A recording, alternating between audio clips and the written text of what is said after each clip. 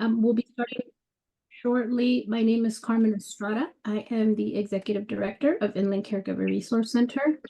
I also co-chair the Inland Empire Master Plan for Aging. I'm stepping in for Dr. Ben Howdigi today, as he has a prior commitment. So I'll be facilitating the meeting along with Janelli, who is the ICA Executive Assistant. Again, welcome. And so if you would like, and I encourage you to please type in your name, share who you are, what organization you're representing. If you're representing yourself, that's fine too. Welcome everyone. All right, so let's go ahead and get started. Today we will be talking a little bit about the last meeting. I'll give some key points, as well as briefly go over some MPA updates. Instead of doing those at the end, we're going to do them at the beginning so that we can allot as much time as possible to our presenter for today. So quickly, some updates from the last meeting. At the last meeting, we had Dr. Chanel Serrano, the district manager of APS, present to us on what APS is, types of abuse, individuals who are served by APS, as well as services provided by APS. She touched on types of abuse such as abandonment, abduction, financial abuse. If you were not able to make the meeting last month, we do have the recording and the slides available to you on our website, inlandaging.org. So if you missed that meeting, please feel free to get that information there. We are recording today's meeting as well, in case you're not able to stay for the entire meeting, or you would like to view the presentation again. So a few updates for the IEMPA. We were able to get the letter of support from Riverside County Board of Supervisors as we submit our application to become an age-friendly community. We are still waiting for San Bernardino County Board of Supervisors for their letter so that we can do a joint application and have the Inland Empire named as an age-friendly community. So we're working on that. We are going to begin some community awareness live streams starting next Tuesday, July 30th. And this is for community to share with our IE stakeholders the work that we're doing. We are looking for a host, a moderator, someone who would like to help us out and volunteer to moderate these live streams that we're going to be having. If you're interested, please send us an email at inlandaging.org. And so the person that we're looking for is someone who is, upbeat, interactive, will help come up with a set of questions that you'll be asking the individuals that participate as speakers. We are going to do our first test run on July 30th. We already have a moderator for that, but we're looking for someone to moderate on an ongoing basis. So again, if you're interested in helping us out and volunteering, becoming more involved with the Inland Coalition on Aging, this is an opportunity for you. Send us an email at info@inlandaging.org and let us know, or you can even type it in the chat that you're interested in doing this for us. Another announcement, we have our second annual conference coming up on September 27th from 9 a.m. to 2 p.m. Volunteer and sponsorship opportunities are available. So if you're interested in volunteering to help us continue to plan the event or to help us the day of the event, please again, put it in the chat or shoot us an email. We will also be sending out a sponsorship packet this week. So if you're interested in sponsoring the event and other ICA activities, you'll have the opportunity to do so. We'll be sending that out shortly. Again, the conference is September 27th. Many of those here today participated in the conference last year. It was a success. We have a highlight reel on our website at inlandaging.org. If you missed the conference and want to see what it's all about. And also, we will be sending the invite so that you can register for the conference by the 30th of July. There is no fee to attend the conference if you're an ICA member. So if you're not an ICA member yet, please go on the website to register. Otherwise, the fee is going to be $75. So I would rather go for free. So please, if you want to participate in the conference, make sure that you sign up to be a member. Next slide, please. Awareness, we continue to have resource tables at various awareness events. Follow us on LinkedIn at ICA so that you can continue to support our efforts. Next slide, please. And our work groups continue to meet. We are working diligently. We are close to completing the framework. The framework will be unveiled at the meeting on September 27th.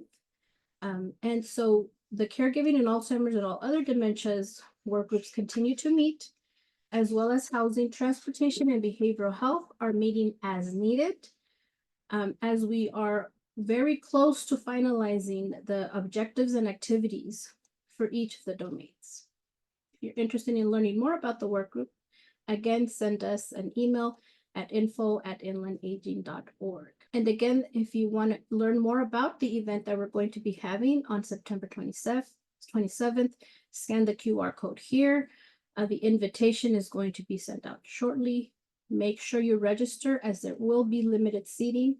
It is free to ICA and the Coalition on Aging members. Next slide. And so now for our presentation, we have a presentation by Dakota Brown from the WAIT Alliance. She's a cultural community liaison with Riverside University Health Systems. She will be presenting on ableism and a nuanced understanding of disability culture. As many of you know, July is Disability Pride Month. It also coincides with the passing of the ADA law. So to commemorate both of those, we have the honor of having Dakota Brown join us from Riverside University Health Systems. Turning it over to you, Dakota. Thank you. Thank you so much. Just want to go to my next slide. I want to acknowledge the traditional, ancestral, and contemporary homelands of the indigenous peoples of Southern California whose land it occupies. The Cahuilla, Capeño, Luceño, Serrano, Chemehuevis people and their ancestors have been here since time immemorial, caring for the land with great integrity, honoring the earth, animal and plant beings, the water, and all peoples that live here. RUHS-BH creates relationships built on trust and accountability with its community members. With this land acknowledgement, we commit to be respectful to and mindful of tribal sovereignty, culture, and beliefs of the indigenous peoples of this land. So my co-workers, Beulah and Socrates, and they're in the break room, right? And they're just talking, and their voices are so low. They know I have a hearing disability, so I keep telling them, can you speak up, please? Can you speak up? And Socrates is still putting his hand in front of his mouth, and Beulah is still whispering. And then it turns out they're trying to bring me into their gossip, their gossip session. But my hearing disability makes it impossible. And so that's one of the upsides of having a hearing disability. Keeps me out of the gossip loop. My name's Dakota. I use she, her, they pronouns, and I identify as hearing disabled. I am a 62-year-old woman with dark blonde hair, black glasses, and a white blouse. I am a cultural liaison with Riverside University Health System Behavioral Health. You may know it as County Mental Health. Our subcommittee is called the WAIT Alliance, Wellness and Disability Equity, WAIT. And we are outreaching and engaging stakeholders who identify as disabled and their caregivers.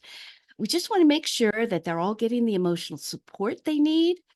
And also, we are asking this group, what can the county do to be more accessible, of course, more inclusive, more welcoming?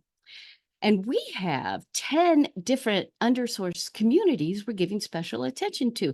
You're going to receive a contact piece of information of all the liaisons who lead these groups. So Disability Pride originated in the U.S. to commemorate the passing of the ADA, the Americans with Disability Act. It was the elder President Bush who signed it 34 years ago. So we're celebrating people with disabilities, our identities, our cultures, and our contributions to society. This Pride Month, I want to change the way you think about disability and the idea that disability is a natural part of human diversity. Like gender, like ethnicity, disability is just one of many natural characteristics of being human. Now, in the United States, basically 1 out of 4 adults live with at least one disability.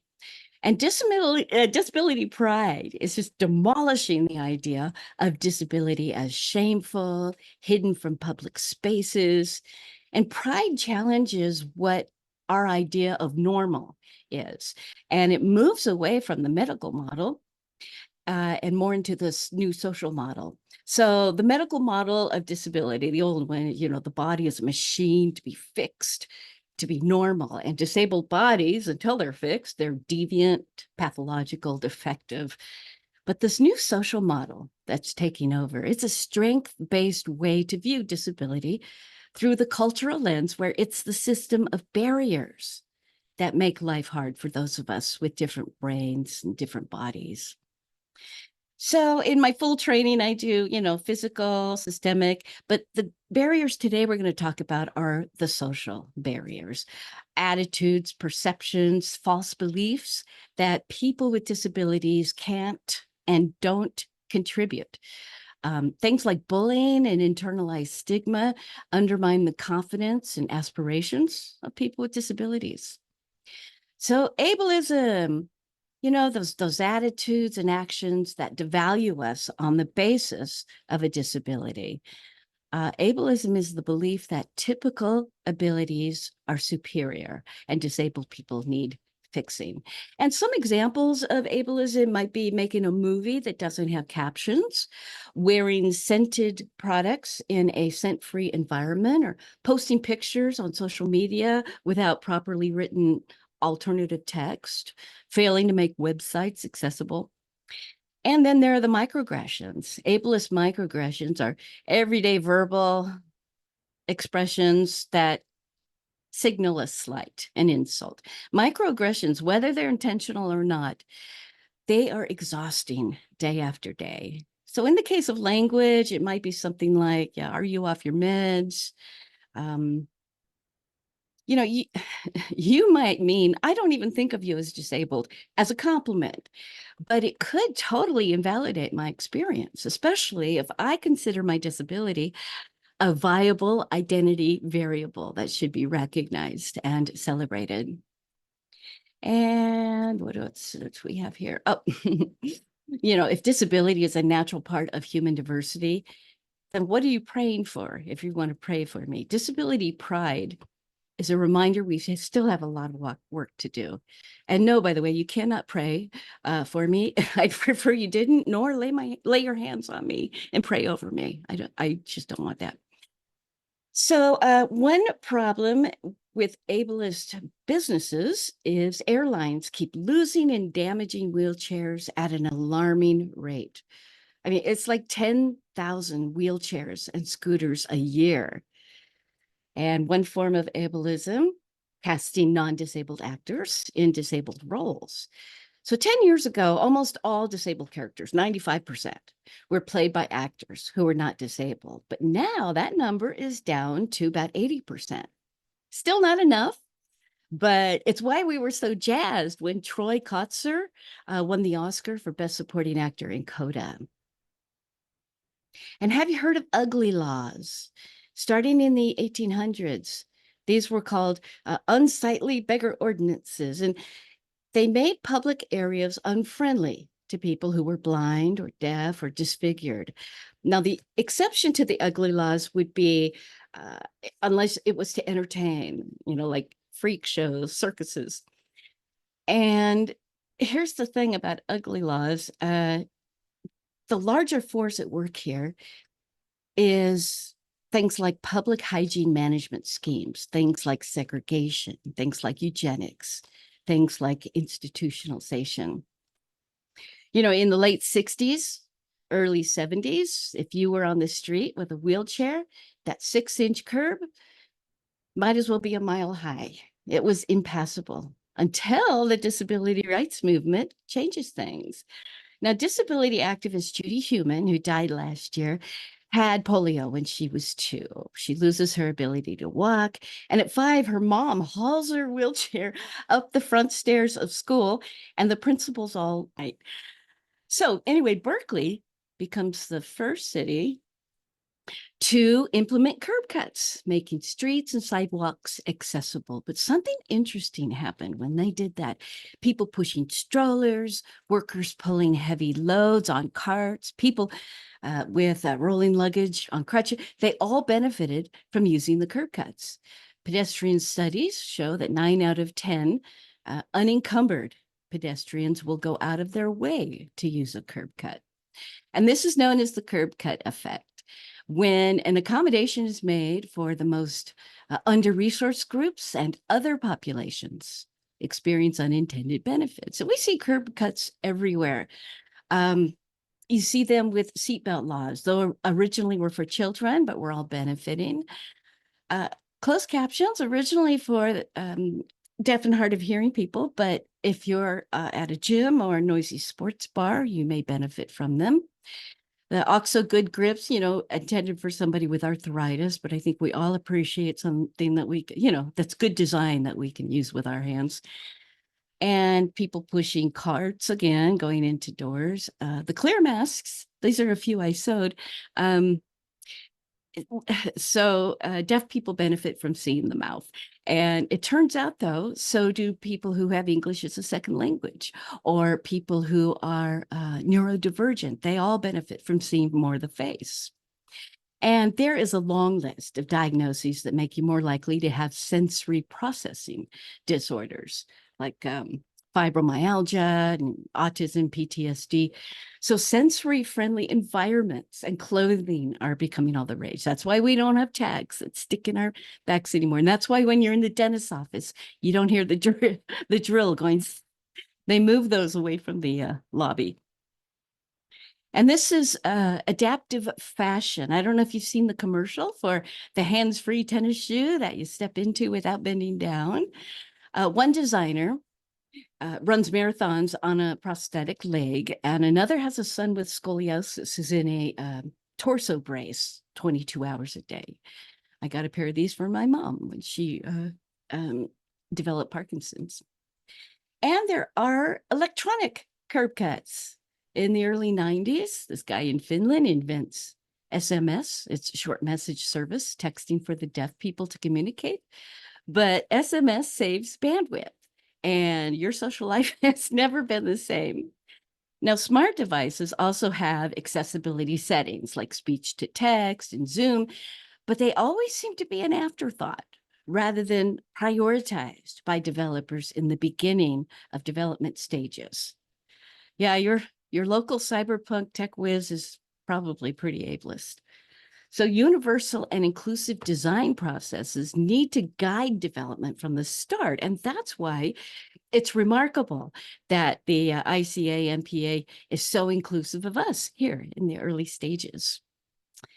All right. Many cultures, especially capitalistic ones that value profit above all else, they operate in grind culture or hustle culture. I don't know if you've heard those terms. They place such a high emphasis on competition and a person's ability to contribute to society. Then when the barriers prevent people from contributing, people start to think of that group as a burden. And grind culture can be especially hard on people with disabilities. Love this quote.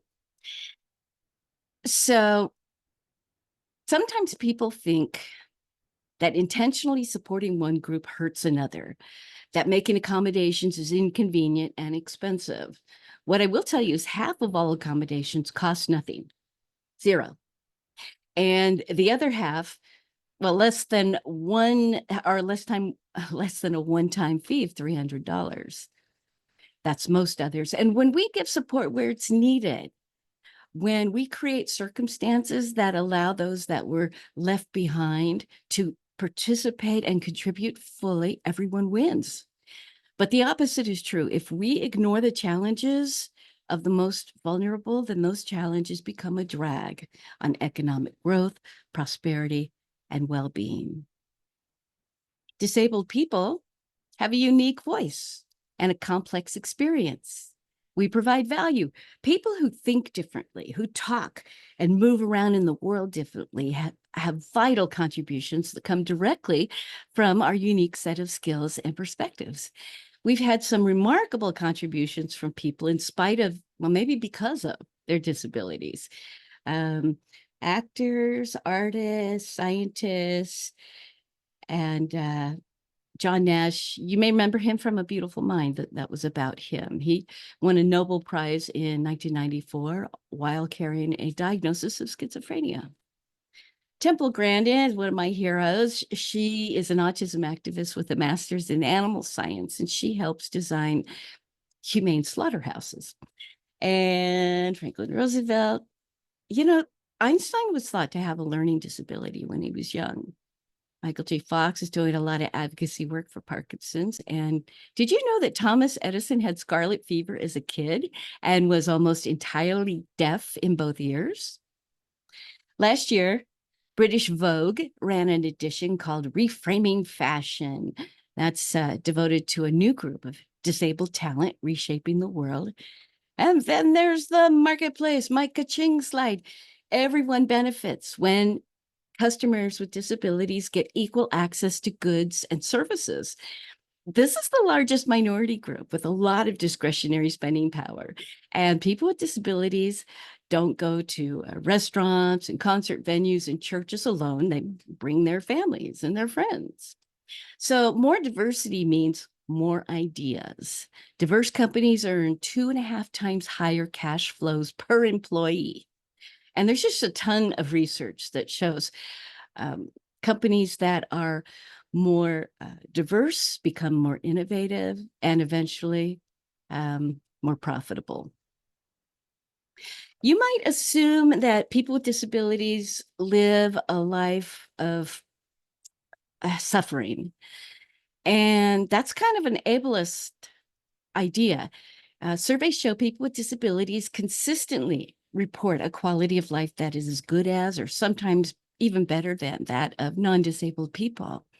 If you have a consumer and you want to know about their quality of life, ask about the social determinants of health. You know, is your neighborhood safe? Is your school accessible? Is your health provider culturally sensitive? I mean, because the part of your brain that keeps you from being eaten by a tiger is not good at figuring out hiring practices or determining risk in police interactions. And acknowledging that you have an unconscious bias is not admitting a moral failing. It's just part of the human condition. We are all learning together in this time. And I think they're going to look back at this time as just really see changes in the way people think. But we extend grace to ourselves and to other people. I can't tell you how many times I've blown it and made mistakes in front of people. Acknowledging your implicit bias, you can actually take one of these implicit bias tests online, and they can heighten your awareness and help you eliminate blind spots. Because even though the bias is there, you may want to live a life that is in alignment with your values. And I am going to put this, let me copy and paste it. I'll put the address of this website into the chat. You'll also get it afterwards. And look at all the tests they have. I've taken a few of them. And you can counteract implicit bias through what's called deliberate conscious processing, something that slows you down, meditation, asking questions to encourage dialogue, actively listen to people with unfamiliar experiences. Learn the history of communities different than yours. In fact, I have an interactive, what are some ways to meet people outside your everyday bubble? If you want to come off mic, or if you prefer to write it in the chat, feel free. I would love to hear your great ideas to encounter other people who you don't see every day. Well, I'll give you a hint. One thing you could do is attend a cultural event, you know, talk to somebody who's older than you, younger than you, in a different generation. Watch movies, read books, or follow influencers who are from communities that you're less familiar with. It's all about the intentional desire to encounter the other. Now, I'm looking at the clock. I think I have time to talk about the social justice spectrum. This is a way to view the journey from shame to pride. All levels intersect and they complement each other. And this first level, awareness. So this is when you become aware that that inequity occurs. But this awareness will highlight the differences and put the burden on the oppressed person to adapt to the status quo. So that's like expecting deaf people to read your lips. Then there's acceptance. And that's where we look at what we have in common and the strength of our diversity. It values people with disabilities for who we are. And it's also a realization that the dominant culture needs to face what's making it uncomfortable, understanding that your discomfort is your work to overcome.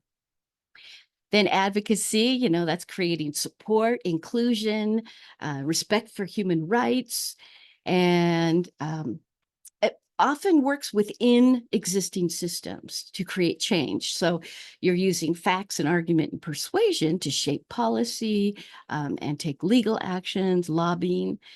And then activism. There we go.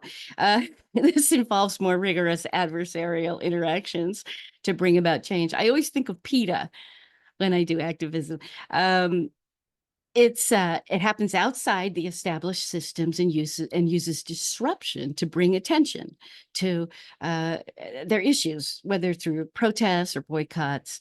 And it tries to eliminate the social systems and actually change the social norms.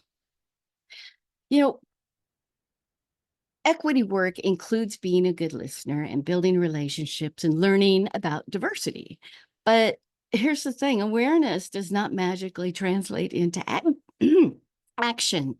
I mean, if equity and justice are real goals, we have to ask, what are we doing to eliminate injustice? How are we removing ableism from our practices? And we need to recognize all the ways ableism operates. Leaders need to normalize naming inequity and listen for troubling ideologies. Like this, say a particular community has more depression and engages more often in risky behavior like smoking or moving less. Well, your coworker is all, well, if only they took care of themselves, they'd do better. You might offer a different perspective. Is there any way to interpret this disparity that doesn't assign blame?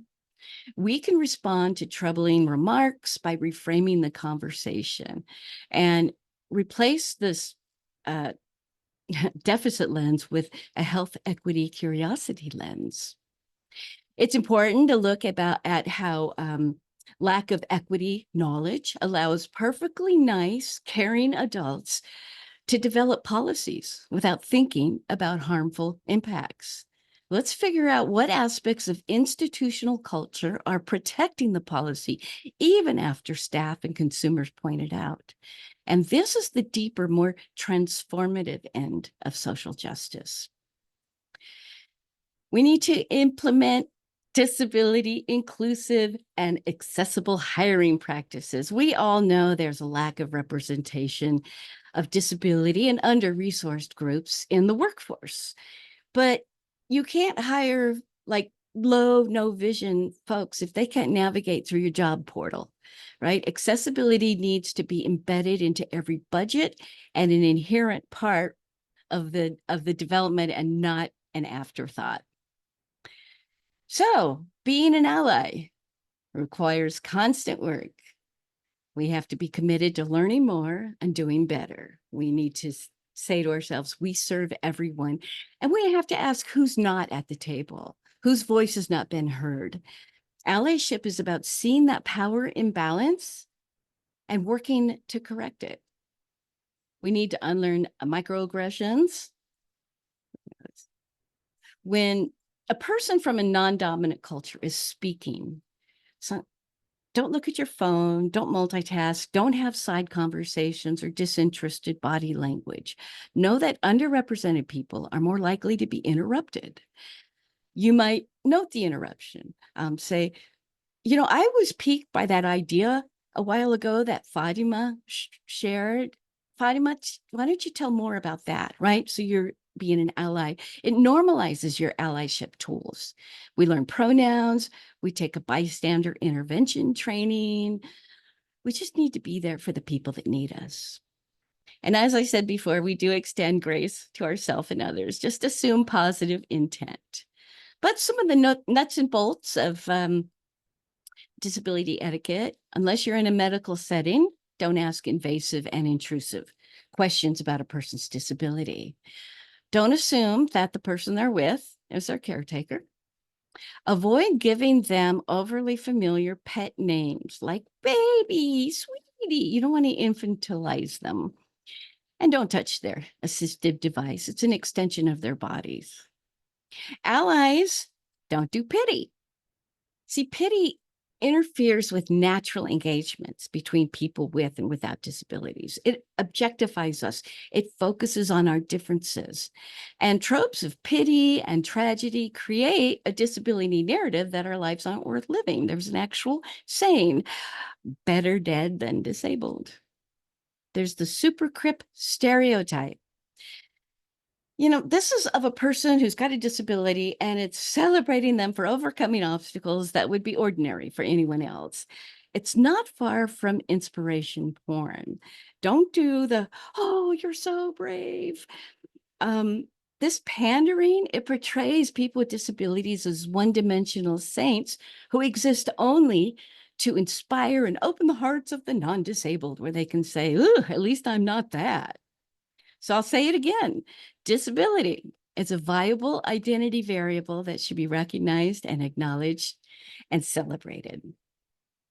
So, and language. One is handicapped. That used to be the preferred term. It's falling out of favor because some believe it is a reference to holding a cap in hand, begging for money. So we have an exercise we can do. You weren't very engaging on the last slide. Let's see if we can get you to participate here. So instead of saying special ed or slow, can anybody come up with a better idea? Instead of saying special ed or slow, and you can type it in the chat or come off microphone. I'd love to hear a voice. All right, I'll give you this one. Person with a learning disability. Instead of normal or regular, we like to use typical, non-disabled. Does not have a disability. It's not rocket science, right? Handicap parking, as we know, that word is out of favor. Accessible parking. And do you see how that changes the connotation of the word? It becomes a more positive thing. I'll run through some more. Mute and dumb are both out of favor. Nonverbal is your word. Brain damage, we go to person first language, person with a brain injury. This word is lazy. What are you trying to convey? Think about it and be more specific. Is the person unskilled? Are they angry? Are they having spasms? Are they ready to fight? It needs clarification. Hitting some words in the chat over there, just in case you didn't know. Oh, thank you so much. Yes, we got differently abled and adaptive. Oh, I so appreciate that, Marissa and Barbara. Absolutely. And once again, mistakes are allowed. We're all allowed to grow through this together. Appreciate that. The word disabled is not a dirty word. Now, if you're engaging with a wheelchair user, there we go. You wouldn't walk up to a stranger and drape your coat or your purse over their shoulders, right? Or move them without their permission. Well, this happens to wheelchair riders all the time. There's a wide range of hearing loss. So people's communication needs vary. The best way to have effective conversation is to ask them, what is your individual communication preference? We let the person lead us. And don't expect the deaf consumer to read your lips. They call lip reading mouth astrology. Even the best lip readers get about 30% of what's being said. If you're using an interpreter, use only qualified state-registered interpreters. And this one's hard. Put all your attention on the consumer, not the interpreter. It'll be tricky because they will be looking at the interpreter, but do your best to listen to the interpreter over here, but look at the person that you're serving. And meetings should always have captioning and American Sign Language interpreter. If you are making printed flyers, deaf people have their entire lives come up against barriers. I want to go to that, they'll think, right? And then the next thought has to be, but will I be able to, will the barriers be removed? So if you highlight that you've got I lost my mouse, that you've got ASL there, make sure that you highlight it in pictures and graphics in bold. Now, many people with hearing loss still have some ability to hear. They may ask you to speak more loudly, but don't yell because that will distort the sound. Speak clearly, speak at your regular pace, and try to move to a quieter environment. Both low and no vision deaf people benefit when you identify yourself when you speak. And if somebody's having speech difficulties and trouble communicating, just be patient. Give them your full attention. They might need extra time to respond. And if you can't understand somebody, don't pretend you do. Ask questions that'll help you understand. You can ask the person, can you restate that with different words? Can you say that in a different way? Most people with speech disabilities know that people have trouble understanding them, and they're very willing to repeat themselves. And you can tell them what you're saying is important. I really want to get this. And non-speaking does not mean non-thinking. Non-speaking people can understand everything that's said around them. If you're approaching a low, no vision person, introduce yourself, face the individual, talk to them, not with others with them. And don't grab them and steer them. I did this to my own mother. I grabbed her arm and she said, "Let go." It's so tempting. You ask, do you want help? And if they say yes, you offer your arm. See, give them some, what's the word I want? Agency. Describe the environment to them. There are 4 steps and they're going down, say. And I have a 3-minute video etiquette to play for you.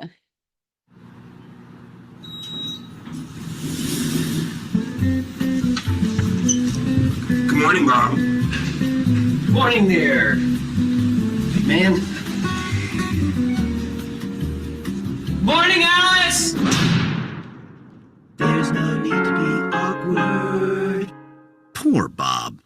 Like so many of us, he just doesn't know how to interact with people with disabilities. It's pretty easy, really.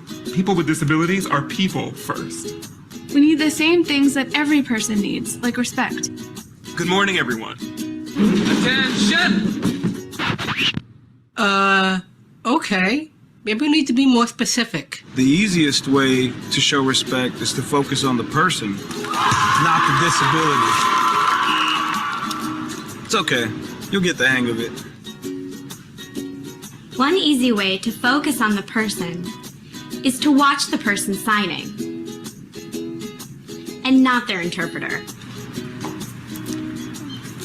Or their companion. It's really cool that you'd like to help, but do us both a favor and please ask me first. What you think might be helping? I got you. Wait, ah!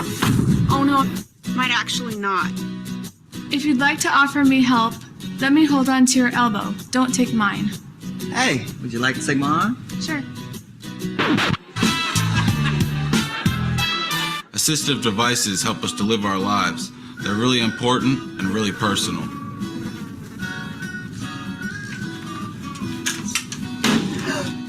Grabbing them only makes it weird for everyone. What? Please only touch our devices and service animals if we've given you permission.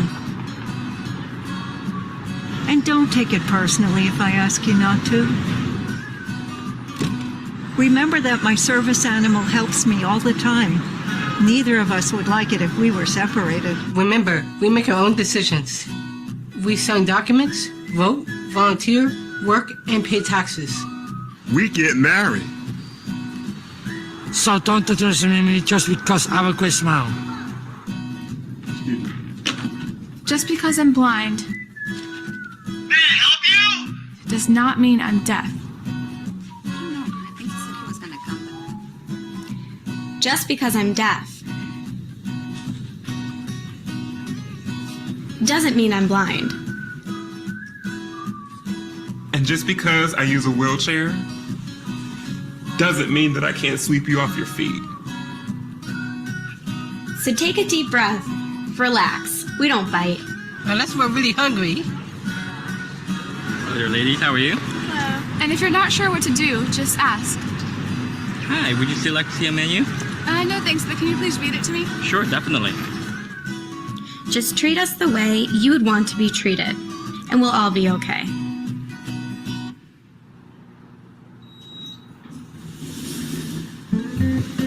Good morning. Good morning. Good morning, Alice. Morning. Awkward no more. Nice job, Bob. Go forth and be human. I love that video. I think the humor makes it destigmatizing. And I see that Larry says he's used that video for years. And we'll get you the link. I didn't want to do the link while it was playing because I don't know if my Wi-Fi is that stable. Just as you can't tell somebody's pronouns from their appearance, you can't always tell if somebody identifies as disabled from their appearance. There are people with invisible disabilities. Just a note, that used to be called hidden disabilities, but there was that undercurrent of they were hiding it. So we've gone to invisible or non-apparent disabilities. People with sensory sensitivities, people with chronic illness, such as fibromyalgia, living with HIV, traumatic brain injury or TBI. And regarding living with HIV, people who were diagnosed during the AIDS crisis 30, 40 years ago, they may have what's called AIDS survivor syndrome, which is a type of complex PTSD. They may have been told that they were going to die. They lost their family and friends to stigma and to AIDS. Some have organ damage because of the toxic meds they have to take. And they are starting to get age-related illnesses. So we have a generation of younger health providers who weren't around in the 80s. They may not understand the history of long-term HIV survivors. So all this needs to be considered if you want to provide care that is trauma-informed. And I want to tell you about the direct correlation between brain injuries and health issues. Brain injuries and mental health. Besides dealing with stigma and ableism, brain injury can cause emotional and behavioral changes. In fact, 1/3 of people with a brain injury will have behavioral health concerns within 6 to 12 months. And the risk factors for TBI closely align with the social determinants of health, their economics, their neighborhood, their built environment. Living on the street or in a shelter puts you at risk for falls, for assault, and the longer a person is unhoused, the higher the risk of TBI. And TBI is almost 10 times higher in the unhoused than in the general population. You'll receive a link to this document from the Administration for Community Living, Behavioral Health Guide, Considerations for Best Practices. And there is some new emerging evidence that a history of TBI can worsen long COVID symptoms. And also long COVID can be a medical route to brain injury, but very few long haulers are getting referred to cognitive rehab. And we've got to change that paradigm. COVID revealed catastrophic problems with nation's caregivers, especially in nursing homes. This is a trailer for an amazing documentary called No Country for Old People about elder, disabled, dependent people's well-being and long-term care system. It's very clear our love is here to stay, not for a year, but ever and a day. The radio and the telephone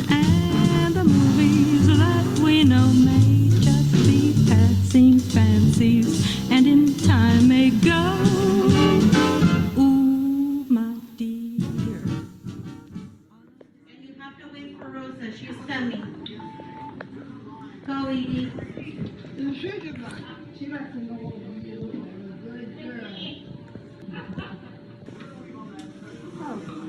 Hi, Mom. It's me, Susie. What happened? What's the matter? You're hurting her. But she's on the tube. Oh, it's bleeding. I know. So sorry.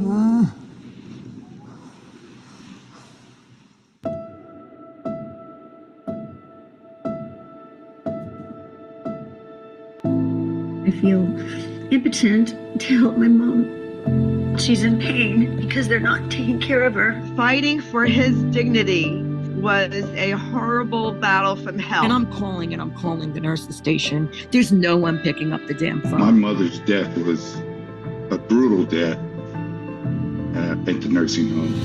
The nursing home can save as much as $1 million a year by keeping their staffing low. The lack of staffing. There's a big problem with understaffing. Staffing is the root of all evil.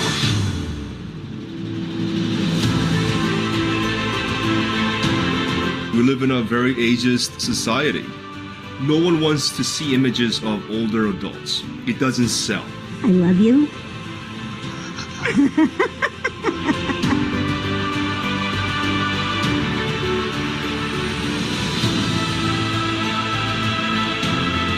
If you're specifically doing it to make sure that the patient just dies in 10 minutes, that's murder.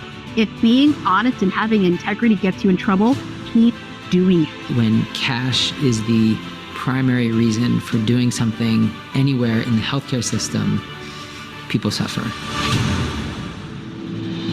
There is the huge ethical issue within this industry is you are literally killing people to make more money. They're trying to make her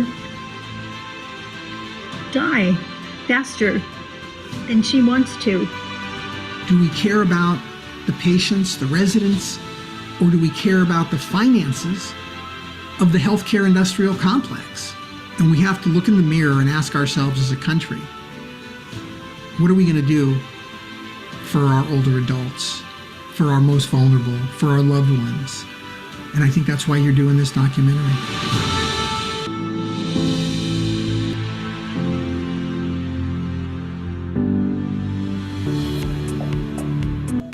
I'll put the chat in the chat. I'll put this contact information for Nancy Stevens. She might even be here at this meeting. Yeah, if you'd like to see the 20-minute sizzle reel or you want to arrange a group virtual in-screening of the film, I can connect you to her. She's a nursing care reform advocate and president of the Virtual Resident Council, Nancy Stevens. And finally, we need to weather the blowback against our equity efforts. Anti-woke criticism, it all needs to motivate us to strengthen our commitments and to double down on our advocacy. You know, the organized equity bashing blowback is putting pressure on companies to drop diversity efforts. So we've got to clarify our values and develop language supporting equity. So this Disability Pride Month, if you remember that disability is a natural part of the diversity of the human experience, you will make me so happy. And I love this quote, you know, it reminded me of great art. Now, if you have consumers with disabilities who might be interested in doing some work around advocacy and changing the world for the better, please give them my information. It's on the screen. I'll also put it into the chat. And if your team wants a deeper dive into disability culture, including identity, spoon theory, crip time, intersectionality, keeping your social media accessible, contact me to arrange that also. You would be receiving a copy of references and resources, and you'll get an etiquette guide too. You'll be able to download that. And I'll end with this quote from Harriet McBride Johnson: living our strange and different lives, however we choose and manage to live them, is a contribution to the struggle. Living our lives openly and without shame is a revolutionary act. So thank you so much for letting me talk about ableism and the nuances of disability culture. If you would be so good as to fill out first, we have a demographic survey here and then a training survey. So I will put these links in the chat also, and I'll leave this slide up for just a little bit longer. And what are your questions for me? I see a comment from Ernie. It's not just nursing homes, residential care facilities for the elderly. Yes, just as bad. 100%. Thank you so much, Ernie. That's a great comment. Well, thank you, Dakota. This was amazing. Really great presentation. Really, thank you so much for doing this for us. And you touched on so many key points. We're also going to be doing a survey at the end. Please give us feedback on the presentation. And if you'd like Dakota to do maybe a session part 2, we're open to coordinating that as well. It is 12 o'clock, so I want to be mindful of everybody's time. And our next meeting, please join our next meeting in August. That will be on, let's see, I believe it's the 27th. From 11 to 12 p.m.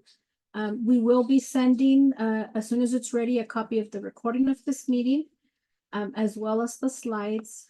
And please fill out the surveys that Dakota put on the screen. She will also be sharing her email address if you'd like to connect. So again, thank you, Dakota, and thank everybody for participating. And we will see you next month.